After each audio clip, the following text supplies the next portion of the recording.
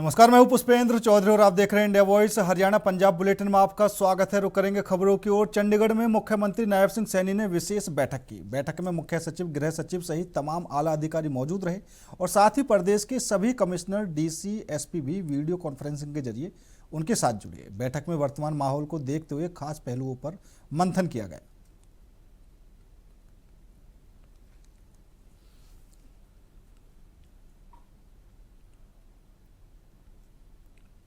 खबर अंबाला से है, जहां कैबिनेट मंत्री अनिल विज ने टी पॉइंट पर देशभक्ति का गीत गाया, जिसको देखकर लोगों ने देश के प्रति नया जोश भरा। टी पॉइंट पर अनिल विज ने गीत गाकर सभी लोगों को जागरूक करने का भी यहां पर एक काम किया।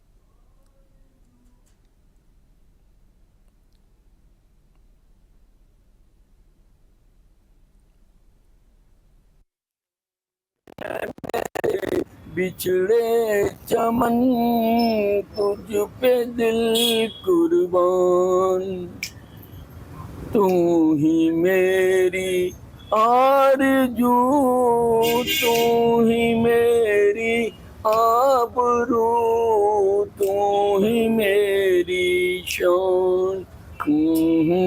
ऐ मेरे प्यारे वतन, ऐ मेरे बिछड़े चमन तुझ पे दिल कुर्बान। तेरे दामन से जो आए उन हवाओं को सलाम, तेरे दामन से जो आए उन हवाओं को सलाम। चूम लूं मैं उस जुबां को जिस पे आए तेरा नाम, सबसे प्यारी सुबह तेरी, सबसे रंगीन तेरी शाम। ऐ मैं दिल आन, तू ही मेरी आरज़ू, तू ही मेरी आबरू, तू ही मेरी शान। बढ़ते हैं अगली खबर की ओर। खबर कुरुक्षेत्र से है, जहां डीएसबी इंटरनेशनल पब्लिक स्कूल के लोकार्पण समारोह में पहुंचे महामंडलेश्वर स्वामी अवधेशानंद गिरी और सांसद नवीन जिंदल और जयराम संस्थाओं के परमाध्यक्ष ब्रह्मस्वरूप ब्रह्मचारी ने कहा कि 2035 तक नायब सैनी के नेतृत्व में हरियाणा विकसित राज्य बनेगा। ब्रह्मस्वरूप ने कहा कि शिक्षा राष्ट्र निर्माण की संजीवनी है। उद्घाटन कार्यक्रम, लोकार्पण कार्यक्रम यहाँ ब्रह्मचारी जी महाराज के नेतृत्व में, उनके सत संकल्प से पूरे देश में अन्न अक्षर औषधि के कार्यक्रम विस्तार ले रहे हैं। अनेक संस्थाएं, संस्थान, विशेषकर शिक्षण संस्थाएं, और उस क्रम में हम देखें तो उत्तर भारत में संस्थाओं का जाल बिछा है। कुरुक्षेत्र में, ऋषिकेश में, रोहतक में, दिल्ली में, सर्वत्र। उसी क्रम में आज यहाँ लाडवा निवासी में डीएसबी इंटरनेशनल पब्लिक स्कूल के लोकार्पण के निमित्त हम हैं। और यह जो संस्थान है, इसमें बहु भाषाओं का अध्ययन कराया जाएगा। बड़े आनंद की बात है, यहाँ तेलुगु भी पढ़ाई जाएगी, जहाँ फ्रेंच और जर्मन के साथ साथ जहाँ इंग्लिश और संस्कृत, तो लिंग्विस्टिक जितनी भाषाएं हैं उन भाषाओं का बोध हो, क्योंकि भाषाएं संस्कृति की संवाहिकाएं हैं।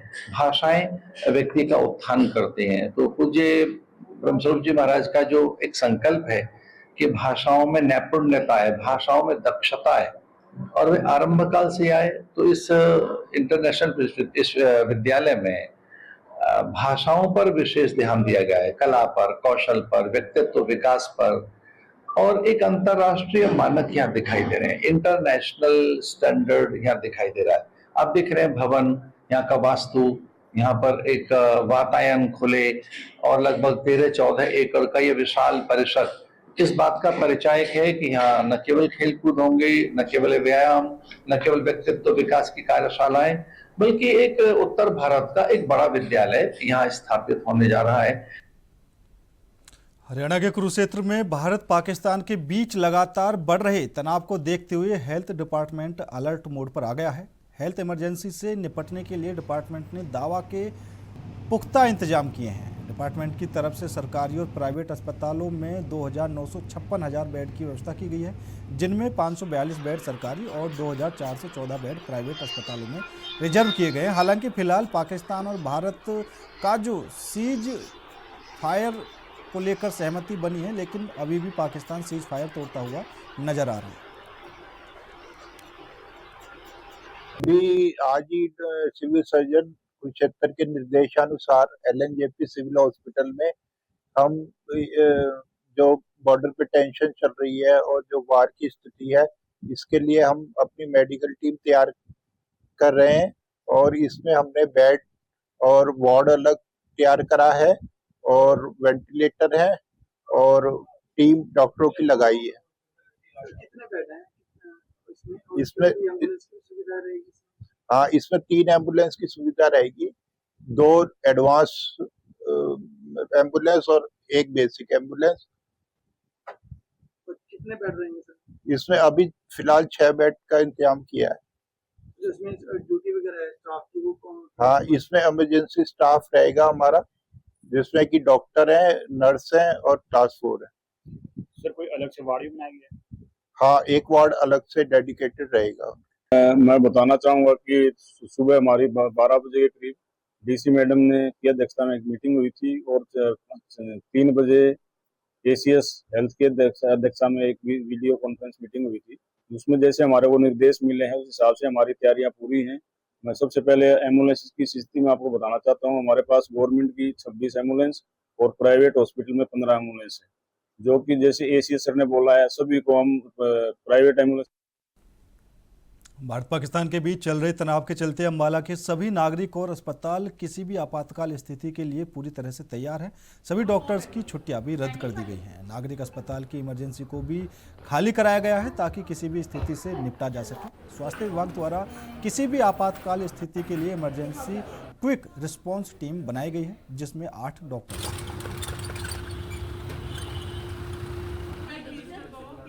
फिलहाल हिंदुस्तान और पाकिस्तान के बीच के मध्य जो क्राइसिस चल रहा है, उसके मद्देनजर हमने पूरी मुस्तैदी के साथ हमारे हेल्थ स्टाफ को सूचित कर रखा है।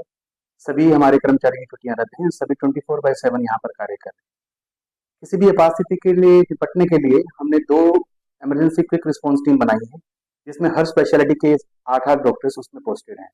सभी डॉक्टर्स हेडक्वार्टर मेंटेन कर रहे हैं। किसी भी आपात स्थिति के अंदर हमारी ये दोनों टीमें किसी भी वक्त सिर्फ 2 मिनट के अंदर ये अस्पताल के अंदर आ जाएंगी। इसके अलावा हमने एक कोर ग्रुप बनाया है 4 डॉक्टर्स का, जो कि इमरजेंसी डॉक्टर्स के अलावा हमारे अस्पताल में रात को स्टे कर रहे हैं। इसके अलावा हमने अपनी जितनी भी एम्बुलेंसेज हैं, सभी के अंदर निर्धारित जितने भी IV फ्लूइड्स, स्प्लिंट्स, दवाइयाँ, बैंडेज, फर्स्ट एड किट्स और अगर जलने की स्थिति के अंदर जो क्रीम्स लगाई जाती हैं, वो सभी सामान से सुसज्जित कर दी। इसके अलावा हमारे ब्लड बैंक के अंदर भरपूर मात्रा के अंदर ब्लड अवेलेबल है। करीबन 150 यूनिट ब्लड हमारे पास अभी है, जिसकी सप्लाई हम कर रहे हैं। इसके अलावा हमारे ब्लड स्टोरेज की कैपेसिटी है 750 यूनिट्स, जो कि पूरे भरे हुए। इसके अलावा हमने बंकर का भी स्थान निश्चित किया हुआ है। हमारे बेसमेंट में जो बंकर है, किसी भी आपात स्थिति के अंदर किस तरह से मरीजों को वहां पर ले जाया जाएगा, वो सभी प्रणाली हमारे पास मौजूद है। इसके अलावा हमने एक अलग से भी एक बर्न वार्ड यहाँ पर डेजिग्नेट किया है। किसी भी आपात स्थिति के अंदर ऐसे मरीज बहुत आते हैं जिनके अंदर बर्न इंजरी हो जाती है, उसके लिए एक स्पेशलिस्ट वार्ड बनाया गया है और हमारे पास सभी साधन सज्जित ICU की भी व्यवस्था है। सभी मशीनें सुचारू रूप से काम कर रही हैं। हमारे सभी ICU बेंच, सभी हमारे वेंटिलेटर सभी काम कर रहे हैं। खबर सोनीपत से है, जहां एक बड़ा मामला सामने आया है। दरअसल एक ही जगह पर 4 कंपनियों के मोबाइल टावर लगे हुए हैं। इस मामले में 6 भाइयों का विवाद आपस में चल रहा है। मोबाइल टावर के साथ लीज 2022 में खत्म हो गई थी। उसके बाद जब सभी भाइयों ने एक साथ मिलकर कंपनी के साथ बातचीत की तो कंपनी ने किराया देने से मना कर दिया और ना तो कंपनी टावर हटा रही है और ना ही सभी भाइयों को कोई मुआवजा दे रही है। जब सभी भाइयों ने एक साथ मिलकर आवाज़ उठाई तो सबको धमकी आनी शुरू हो गई। इसी को देखते हुए सभी भाइयों ने एक साथ मिलकर मीडिया के जरिए प्रशासन से गुहार लगाई है। इसमें सबसे बड़ा मामला ये है कि इन भाइयों का विवाद खत्म हो जाएगा। सबसे बड़ी बात तो ये सारे टावर यहाँ से उखड़े ना उखड़े, और नहीं इनमें से कोई ना कोई भाई जरूर उखड़ जाओ इनका। तो ये टावर यहाँ से चले जाए, से सारे भाई प्यार से यहाँ रह लेंगे। इस किराए के चक्कर में कंपनी नहीं दे रही, कोई कह रहा मैं ये भाई किराया जेब में डाल लिया, कंपनी दे नहीं रही, इनका विवाद हो रहा। ये विवाद मिट जाओगा इन भाइयों को और गांव को ये परेशानी दूर हो जाएगी। इन लोगों की तरफ से एक सिविल सूट कोर्ट में डाल रखा है और कोर्ट में जो मैटर चल रहा है वो अर्लियर स्टेज पे अभी, और कोर्ट में हमने ये मैटर डाल रखा है क्योंकि ये टावर जो लगे हुए हैं इनकी लीज खत्म हो चुकी है, और लीज खत्म होने के बाद भी ये टावर चल रहे हैं। ना ही इन आदमियों को कोई जो इस लैंड ओनर है इसके, ना ही इनको कोई किराया मिल रहा है, और ये जॉइंट लैंड में है। दूसरा इशू गांव का भी सामने आया है, जिसके लिए हम एक separate we are going to file the separate PIR। उसमें हम ये मैटर उठाएंगे कि जो इन टावर से रेडिएशन निकलती है वो गांव के लोगों के लिए, पशुओं के लिए और जो दूसरे बुजुर्गों के लिए वो नुकसानदायक है। और this is a kind of illegal encroachment by the companies, क्योंकि जहां लीज खत्म हो चुकी है उसके बाद भी ये कंटिन्यू करे हुए हैं इसको, और ये इनको और आगे नहीं चलाया जा सकता टावर्स को। हमने कई अथॉरिटीज को एप्लीकेशन भी दी है और कोर्ट में भी मैटर डाला हुआ है, और हम एक PIL अब कोर्ट में डालेंगे गांव वालों की तरफ से। और गांव वालों को भी इन टावर से बहुत ज्यादा दिक्कत हो रही है, क्योंकि ये डेंस पॉल्यूटेड एरिया जो इस आबादी का है, और ये बिल्कुल जस्ट उसके नजदीक है। ये थोड़ा अगर खेतों में होता ये तब सुटेबल होता, लेकिन ये गांव के लिए खतरनाक है। खबर झज्जर से है, जहां पुलिस कमिश्नर ने आम लोगों से अफवाहें ना फैलाने और अफवाहों से बचने की अपील की है। इतना ही नहीं, उन्होंने साइबर फ्रॉड से बचने के लिए नए मोबाइल ऐप डाउनलोड नहीं करने की भी सलाह दी है। इसके साथ ही उन्होंने इस समय होने वाली किसी भी तरह की सैन्य कार्रवाई या पुलिस कार्रवाई का वीडियो नहीं बनाने की भी अपील की है। उन्होंने पुलिस कर्मचारियों को ड्यूटी पर तैनात रहने के आदेश दिए हैं।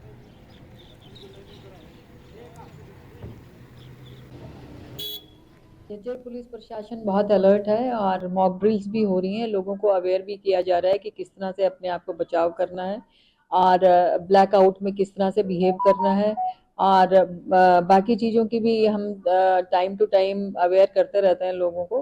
तो इस बारे में मैं ये बताना चाहूँगी कि सबसे पहले तो अफवाहों से बचें, और दूसरी बात ये है कि आप जो है अपने खाने पीने का कुछ ड्राई राशन, कुछ पानी की बॉटल्स, कुछ और ज़रूरी सामान, दवाइयाँ, वो आप अपनी इकट्ठी करके रखें कुछ समय के लिए। और अपने आसपास के बुजुर्गों का भी ध्यान रखें। राशन अगर उनको चाहिए तो उनकी मदद कर दें, जैसे कोरोना में आप लोग अपने पड़ोसियों का ध्यान रखते थे उसी तरह से, क्योंकि ये भी एक मैन मेड डिजास्टर है। तो हमें खैर दुश्मनी ताकतों का जवाब तो देना ही है, लेकिन अपना भी ध्यान रखना है और अफवाहों से बच के, और कोई नई जो है ऐप कोई डाउनलोड नहीं करनी है किसी भी बच्चे ने या किसी बड़े आदमी ने, क्योंकि वो आतंक का भी एक वो हो सकता है ऐप। तो नई ऐप नहीं डाउनलोड करें, और साइबर अटैक भी हो सकता है उससे। और घर में जो है वो दरवाजे, खिड़कियां, उन पे डार्क कलर के पर्दे लगा के रखें, क्योंकि हो सकता है कि जो आपने अभी पर्दे जो यूज कर रहे हैं उसमें से रोशनी छन के बाहर जा रही हो। तो जब ब्लैकआउट होता है तो बिल्कुल आपके माचिस की तीली भी नहीं जलनी चाहिए। कहीं छोटी सी टॉर्च या कोई आपके फोन की जो लाइट है वो भी कई घरों को बर्बाद कर सकती है, क्योंकि अगर अटैक हो गया तो हवाई जहाज से छोटी छोटी चीजें, कहीं भी छोटी सी रोशनी वो जो है उनको दिख जाएगी तो वो वहीं पे अटैक कर सकते हैं। तो इस चीज का जरूर ध्यान रखें और पैनिक ना करें, डरे नहीं। हमारी सेनाएं और हमारे प्रशासन और हमारी सरकारें हमारा पूरा ध्यान दे रही हैं, तो उनके ऊपर विश्वास रखें।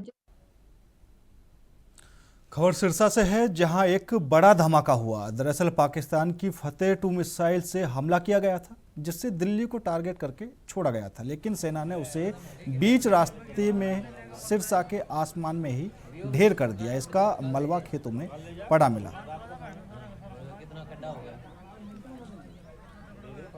तो सुबह जब हम इस तरफ जैसे पता लगा तो आए, तो हमने देखा कि यहाँ पास में खेतों में यहाँ खाजा खेड़ा गांव के आसपास लगते हुए खेत हैं, एवी स्कूल, वो एवी स्कूल है पास में, तो वहाँ कुछ आइटम गिरी हुई थी, मिसाइल जैसी दिखने में लगती है। अब हमें नहीं पता वो क्या चीज़ है, ड्रोन है, मिसाइल है, ऐसा क्या है। और वहाँ हमने देखा कि ये सारे एयरफोर्स से आए हुए अधिकारी थे, वो गाड़ी थी उनके साथ, वो जो उसको सामान को उठा के लेके गए हैं। कोई नुकसान तो नहीं हुआ?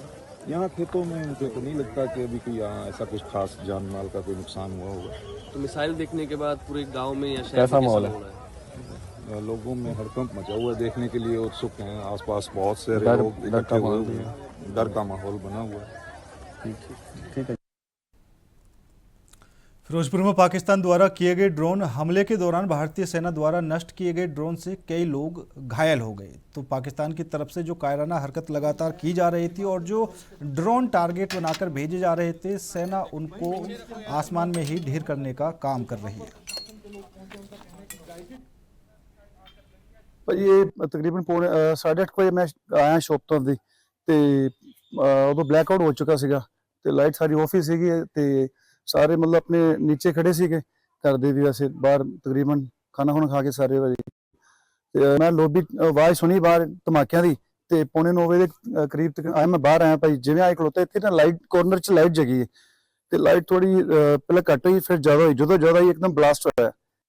ਜਦੋਂ ਬਲਾਸਟ ਹੋਇਆ ਭਾਜੀ ਮੇਰੇ ਆ ਕੇ ਇੱਥੇ ਪੇਟ ਤੇ ਲੱਗੀ ਕੋਈ ਚੀਜ਼ ਨੇ ਗੋਲੀ ਟਾਈਪ ਭਾਜੀ ਤੇ ਬਲੱਡ ਨਿਕਲਣਾ ਸ਼ੁਰੂ ਹੋ ਗਿਆ। ਉਹ ਇੱਕਦਮ ਸਾਰੇ ਰੋਲਾ ਪੈ ਗਿਆ, ਸਾਰੇ ਮਤਲਬ ਆਪਦੇ ਉਸ ਟਾਈਮ ਘਰਾਂ ਵੜ ਚੁੱਕੇ ਸੀ ਭੱਜ ਕੇ ਭਾਜੀ। ਕੀ ਲਾਈਟ ਦਾ ਕਾਰਨ ਹੋਇਆ ਕਿ ਡਿੱਗਣ ਦਾ ਕੀ ਕਾਰਨ ਹੋਇਆ? ਭਾਜੀ ਆ ਸਾਡੇ ਬੈਕ ਸਾਈਡ ਤੇ ਟਾਵਰ ਹੈਗਾ, ਇਹਦੇ ਕਰਕੇ ਵੀ ਹੋ ਸਕਦਾ ਭਾਜੀ। ਅਸੀਂ ਅੱਗੇ ਵੀ ਰਿਕੁਐਸਟ ਕੀਤੀ ਹੈ ਇਹਦੀ ਲਾਈਟ ਬੰਦ ਕਰਾਈ ਜਾਵੇ। ਅਗਰ ਤੁਸੀਂ ਕੈਮਰੇ ਲਾਈਟ ਬੰਦ ਕਰਾ ਰਹੇ ਹੋ ਇਹਦੀ ਵੀ ਲਾਈਟ ਬੰਦ ਕਰਾਣੀ ਚਾਹੀਦੀ ਭਾਜੀ। ਹਾਂ ਸਰਕਾਰੀ ਇਹ BSNL ਨਾਲ ਲੱਗਾ ਭਾਜੀ ਟਾਵਰ। ਹਾਂਜੀ ਇਹਨਾਂ ਨੂੰ ਰਿਕੁਐਸਟ ਕੀਤੀ ਸੀ, ਇਹ ਹੁਣ ਫੇਰ ਆਏ ਨੇ ਭਾਜੀ, ਤੇਲ ਪਾ ਕੇ ਜਾਂਦੇ ਪਏ ਨੇ ਤੇ ਇਹਨਾਂ ਨੂੰ ਰੋਕਣ ਨਾਲ ਕੋਈ ਨਹੀਂ, ਪ੍ਰਸ਼ਾਸਨ ਨਹੀਂ ਵੇਖਦਾ ਪਿਆ। ਜੇ ਪ੍ਰਸ਼ਾਸਨ ਸਾਡੇ ਕੈਮਰੇ ਦੀ ਲਾਈਟ ਬੰਦ ਕਰਵਾ ਰਿਹਾ ਤੇ ਇਹ ਵੀ ਬੰਦ ਕਰਾਣੀ ਚਾਹੀਦੀ ਭਾਜੀ। ਤੇ ਇਹ ਵੇਖੋ ਇੱਥੇ ਭਾਜੀ ਬੱਚੇ ਸੀ ਖੜੇ ਇੱਥੇ, ਉਹ ਇੱਥੇ ਸਾਰੇ ਪਰਿਵਾਰ ਤਕਰੀਬਨ ਬਾਹਰ ਸੀਗੇ ਭਾਜੀ ਉਸ ਟਾਈਮ ਤੇ ਕੁਝ ਵੀ ਨੁਕਸਾਨ ਹੋ ਸਕਦਾ ਸੀ ਭਾਜੀ। ਉਹ ਤਕਰੀਬਨ ਮੈਂ 10 ਫੁੱਟ ਦੀ ਹਾਈਟ ਹੋਣੀ ਜਿੱਤੇ ਮੈਂ 10 ਜਾਂ 12 ਫੁੱਟ ਕਹਿ ਲਓ, ਇੱਥੇ ਇੱਕਦਮ ਬਲਾਸਟ ਹੋਇਆ ਭਾਜੀ ਤੇ ਹੋਰ 500 ਗਜ ਦੂਰੀ ਤੇ ਮੈਂ ਖੜਾ ਤੇ ਮੇਰੇ ਆਗੇ ਵੱਜਿਆ ਭਾਜੀ। ਤੇ ਅਸੀਂ ਹੁਣ ਮੌਕੇ ਦਾ ਮੁਆਇਨਾ ਦੇ ਕਰ ਰਹੇ ਸੀ ਵੀ ਇੱਥੇ ਕਿੱਥੇ ਹੋਇਆ। ਅਸੀਂ ਬੜੇ ਧੰਨਵਾਦੀ ਹਾਂ ਉਸ ਵਾਹਿਗੁਰੂ ਦੇ ਜਿਨ੍ਹਾਂ ਨੇ ਇਹਨਾਂ ਦੀ ਜਾਨ ਬਚਾਈ ਹੈ ਔਰ ਇੱਕ ਸਾਈਡ ਦੇ ਉੱਤੇ ਲੱਗ ਗਈ। ਅਗਰ ਰੱਬ ਨਾ ਕਰਦਾ ਕਿਤੇ ਹੋਰ ਜਗ੍ਹਾ ਲੱਗ ਜਾਂਦੀ ਤੇ ਬਹੁਤ ਵੱਡਾ ਨੁਕਸਾਨ ਹੋ ਸਕਦਾ ਸੀ।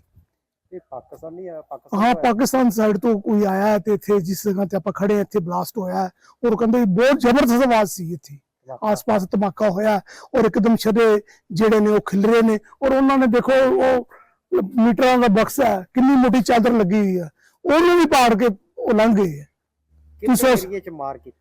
ਇਹ ਤੁਸੀਂ ਇਹ ਦੇਖ ਸਕਦੇ ਹੋ ਕਿ ਕਿੰਨਾ ਏਰੀਆ ਹੈ, 500 ਮੀਟਰ ਤੱਕ ਮਾਰ ਕੀਤੀ ਇੱਥੋਂ। ਚਲ ਇੱਥੇ ਬਲਾਸਟ ਹੋਇਆ ਤੇ ਆਪਣੇ ਸਾਹਮਣੇ ਕੋਠੀ ਇਹਨਾਂ ਦੀ ਉੱਪਰ ਖੜੇ ਆ 500 ਗਜ ਤੇ, ਉੱਥੇ ਜਾ ਕੇ ਮਤਲਬ ਕਿ ਇਹਨਾਂ ਨੂੰ ਡੈਮੇਜ ਕੀਤਾ।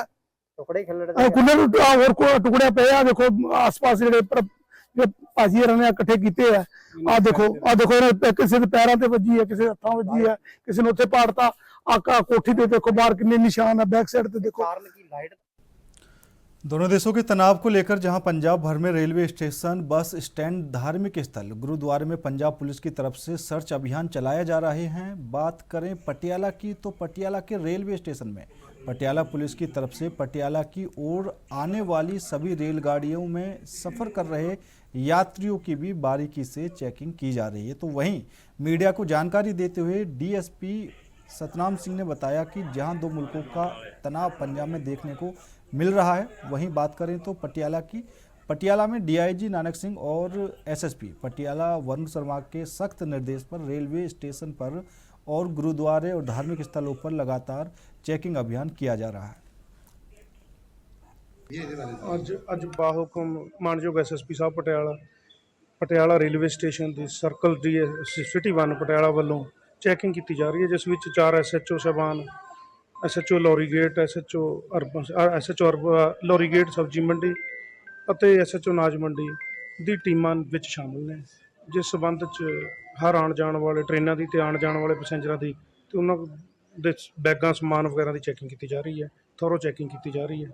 ਜੋ ਲਗਾਤਾਰ ਜਾਰੀ ਹੈ। ਸਰ ਦੋ ਮੁਲਕਾਂ ਵਿੱਚ ਜਿਹੜਾ ਤਣਾਅ ਵਧਿਆ ਪਿਆ ਲੋਕਾਂ ਨੂੰ ਕੀ ਲੋਕਾਂ ਨੂੰ ਪੈਨਿਕ ਤੱਕ ਬੜਾ ਕੀ ਬਿਲਕੁਲ ਕਿਸੇ ਕਿਸਮ ਦਾ ਲੋਕਾਂ ਨੂੰ ਝੂਠੀ ਰਿਊਮਰਸ ਤੇ ਪੈਨਿਕ ਮੋਡ 'ਚ ਆਉਣ ਦੀ ਲੋੜ ਨਹੀਂ ਹੈ। ਜਿਵੇਂ ਪ੍ਰਸ਼ਾਸਨ ਹਰ ਸਮੇਂ ਨਾਲ ਖੜਾ ਹੈ, ਜਿਵੇਂ ਜਿਵੇਂ ਜੋ ਸਿਚੁਏਸ਼ਨ ਆ ਰਹੀ ਹੈ ਉਸ ਸਮੇਂ ਉਸੇ ਤਰ੍ਹਾਂ ਲੋਕਾਂ ਨੂੰ ਅਪੀਲ ਕਰਕੇ ਅਲਰਟ ਕਰਾਇਆ ਜਾ ਰਿਹਾ ਹੈ।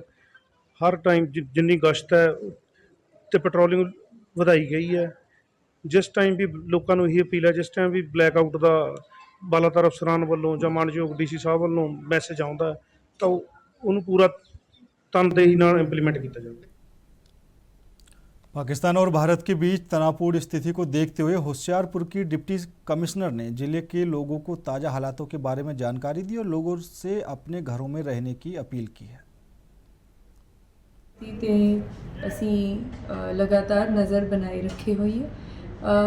ਅੱਜ ਮੈਂ ਤੁਹਾਨੂੰ ਸਾਰਿਆਂ ਨੂੰ ਇਹ ਦੱਸਣਾ ਚਾਹ ਰਹੀ ਹਾਂ ਤੇ ਤੁਹਾਨੂੰ ਅਪੀਲ ਕਰਨਾ ਚਾਹ ਰਹੀ ਹਾਂ ਕਿ ਅਸੀਂ ਦਿਨ ਵੇਲੇ ਵੀ ਥੋੜ੍ਹੇ ਜਿਹੇ ਇਹਤਿਆਤ ਵਰਤੀਏ। ਜਿਵੇਂ ਕਿ ਜਿੱਥੇ ਜਾਣਾ ਜ਼ਰੂਰੀ ਨਹੀਂ ਹੈ ਅਸੀਂ ਬਾਹਰ ਜਾਣਾ ਅਵੋਇਡ ਕਰੀਏ। ज़्यादा से ज़्यादा हो सके तो इनडोर रहिए, अपने घरे रहिए। ग्लास दी विंडोज़ कंच दे खिड़कियां तो जिन्ना हो सके दूर रहिए और सामान्य हालात दे विच भी ये एहतियात वरतीए। इस दे नाल ही ਜਿਹੜੇ फंक्शनस ਜਾਂ गैदरिंग्स कॉन्ग्रीगेशनस भावें वो सोशल फंक्शनस है ਜਾਂ कोई रिलीजियस गैदरिंग्स है ਉਹਨਾਂ ਨੂੰ ਵੀ ਜਿੱਥੇ ਤੱਕ ਹੋ ਸਕੇ ਅਵੋਇਡ ਕਰੀਏ ਜਾਂ ਛੋਟਾ ਕਰੀਏ ਤਾਂ ਕਿ ਕਿਸੇ ਤਰ੍ਹਾਂ ਦਾ ਇਕੱਠ ਮੈਕਸਿਮਮ ਅਵੋਇਡ ਕੀਤਾ ਜਾ ਸਕੇ। ਜਿਵੇਂ ਅਸੀਂ ਰਾਤ ਨੂੰ ਕੱਲ ਰਾਤ ਦੇਖਿਆ ਅਸੀਂ ਇੰਡੀਅਨ 에ਅਰ ਫੋਰਸ ਦੇ ਇੰਡੀਕੇਸ਼ਨ ਤੇ ਇੱਕ ਬਲੈਕਆਊਟ ਵੀ ਅਨਾਉਂਸ ਕੀਤਾ ਸੀ। ਉਦੋਂ ਜਿਹੜੇ ਫੰਕਸ਼ਨਸ ਚੱਲਦੇ ਸੀ ਉਹਨਾਂ ਨੂੰ ਜੇ ਕੋਈ ਸਮੱਸਿਆ ਦਾ ਸਾਹਮਣਾ ਕਰਨਾ ਪਿਆ ਤੇ ਅੱਜ ਅਸੀਂ ਮੈਰਿਜ ਪੈਲੇਸਿਸ ਨੂੰ, ਹੋਟਲਸ ਨੂੰ, ਬੈਂਕੁਏਟ ਹਾਲਸ ਨੂੰ ਇਹ ਅਪੀਲ ਕਰਦੇ ਹਾਂ ਕਿ ਆਪਣੀ ਬੁਕਿੰਗਸ ਤੇ ਉਹਨਾਂ ਦੇ ਜਿਹੜੇ ਮਾਲਿਕ ਹਨ ਉਹ ਆਪ ਦੇ ਕਸਟਮਰਸ ਦੇ ਨਾਲ ਤਾਲਮੇਲ ਕਰਕੇ ਉਹਨਾਂ ਨੂੰ ਵੀ ਅਵੇਅਰ ਕਰਨ, ਜਾਗਰੂਕ ਕਰਨ ਕਿ ਜਿੱਥੇ ਤੱਕ ਹੋ ਸਕੇ ਗੈਦਰਿੰਗ ਨੂੰ ਅਵੋਇਡ ਕੀਤਾ ਜਾਵੇ ਜਾਂ ਛੋਟਾ ਕੀਤਾ ਜਾਵੇ। ਇਸ ਦੇ ਨਾਲ ਹੀ ਮੈਂ ਸਾਰਿਆਂ ਨੂੰ ਇਹ ਵੀ ਬੇਨਤੀ ਕਰਦੀ ਹਾਂ ਕਿ ਪ੍ਰਸ਼ਾਸਨ ਪੂਰੀ ਤਰ੍ਹਾਂ ਮੁਸ਼ਤੈਦ ਹੈ। ਅਸੀਂ ਪੂਰੀ ਤਰ੍ਹਾਂ ਨਾਲ ਤਿਆਰੀ ਕਰ ਰਹੇ ਹਾਂ। ਕਿਸੇ ਤਰ੍ਹਾਂ ਦੀ ਰਾਸ਼ਨ ਜਾਂ ਗੈਸ, ਰਸੋਈ ਦੀ ਗੈਸ ਜਾਂ ਹੋਰ ਕਿਸੇ ਤਰ੍ਹਾਂ ਦੇ ਸਾਮਾਨ ਦੀ ਕਿਸੇ ਤਰ੍ਹਾਂ ਦੀ ਸ਼ਾਰਟੇਜ ਸਾਡੇ ਕੋਲ ਨਹੀਂ ਹੈ ਤਾਂ ਕੋਈ ਪੈਨਿਕ ਜਾਂ ਘਬਰਾਉਣ ਵਾਲੀ ਗੱਲ ਵੀ ਹੈ ਨਹੀਂ। ਲੇਕਿਨ at the same time preparation ਕਰਨ ਲਈ ਅਸੀਂ ਸਿਵਲ ਡਿਫੈਂਸ ਦੀ ਐਨਰੋਲਮੈਂਟ ਹਰ SDM ਦਫ਼ਤਰ ਦੇ ਵਿੱਚ ਸ਼ੁਰੂ ਕਰ ਦਿੱਤੀ ਹੈ ਔਰ ਤੁਹਾਨੂੰ ਬਹੁਤ ਛੇਤੀ ਅਸੀਂ SDM ਲੈਵਲ ਤੇ ਐਡਰੈਸ ਅਤੇ ਫੋਨ ਨੰਬਰਸ ਵੀ ਤੁਹਾਡੇ ਨਾਲ ਸਾਂਝੇ ਕਰਾਂਗੇ ਜਿੱਥੇ NGO, civil society members, NCC, college ਤੇ ਸਕੂਲਾਂ ਦੇ ਬੱਚੇ ਜਾ ਕੇ ਆਪਦੀ ਐਨਰੋਲਮੈਂਟ ਕਰਕੇ ਵੱਖ-ਵੱਖ ਤਰ੍ਹਾਂ ਦੀਆਂ ਸਰਵਿਸਿਜ਼ ਦੀਆਂ ਟ੍ਰੇਨਿੰਗ ਵੀ ਲੈ ਸਕਦੇ ਹਾਂ ਤਾਂ ਕਿ ਅਸੀਂ ਹੋਰ ਬਿਹਤਰ ਤਰੀਕੇ ਨਾਲ ਤਿਆਰ ਹੋਈਏ ਤਾਂ ਕਿ ਵੀ ਕਿਸੇ ਵੀ ਤਰ੍ਹਾਂ ਦੀ ਸਥਿਤੀ ਦਾ ਸਾਹਮਣਾ ਕਰ ਸਕੀਏ। ਫਿਰ ਇੱਕ ਵਾਰੀ ਤੁਹਾਡਾ ਜ਼ਿਲ੍ਹਾ ਪ੍ਰਸ਼ਾਸਨ ਦਾ ਹਮੇਸ਼ਾ ਸਾਥ ਦੇਣ ਲਈ ਬਹੁਤ-ਬਹੁਤ ਧੰਨਵਾਦ ਔਰ ਅੱਗੇ ਵੀ ਇਸ ਤਰ੍ਹਾਂ ਦੇ ਸਾਥ ਦੀ ਸਹਿਯੋਗ ਦੀ ਅਸੀਂ ਉਮੀਦ ਕਰਦੇ ਹਾਂ। ਮੈਂ पाकिस्तान की तरफ से लगातार नाकामयाब कोशिशें की जा रही हैं। अमृतसर के कई अलग अलग इलाकों में पाकिस्तान की तरफ से हमले की नाकामयाब कोशिश की गई। वहीं आपको बता दें कि कई जगह पर एयर डिफेंस सिस्टम ने कई ड्रोन और कई मिसाइलों को नष्ट कर दिया है। वहीं अमृतसर में लगातार सायरन बजने की आवाज़ें भी आ रही थी। प्रशासन की ओर से लोगों को कहा गया है कि पैनिक ना हो, लेकिन कहीं ना कहीं ड्रोन एक्टिविटी से लोगों में खौफ का माहौल देखने को मिल रहा है। जितनी भी ड्रोन मिसाइल नष्ट की गई हैं इंडियन आर्मी ने अपने कब्जे में उनको ले लिया है। आपको बता दें कि जितने भी पाकिस्तान की ओर से टारगेट सेट किए गए थे इंडियन आर्मी ने बहुत ही शुरू से उनको मार गिराया।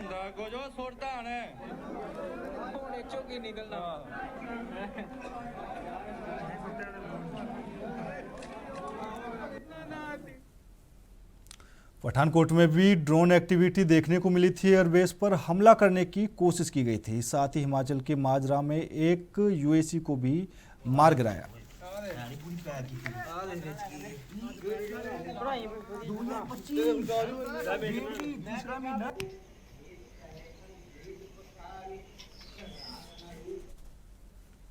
फिलहाल मेरे साथ इस बुलेटिन में इतना ही। बाकी देश और दुनिया की तमाम खबरों के लिए देखते रहिए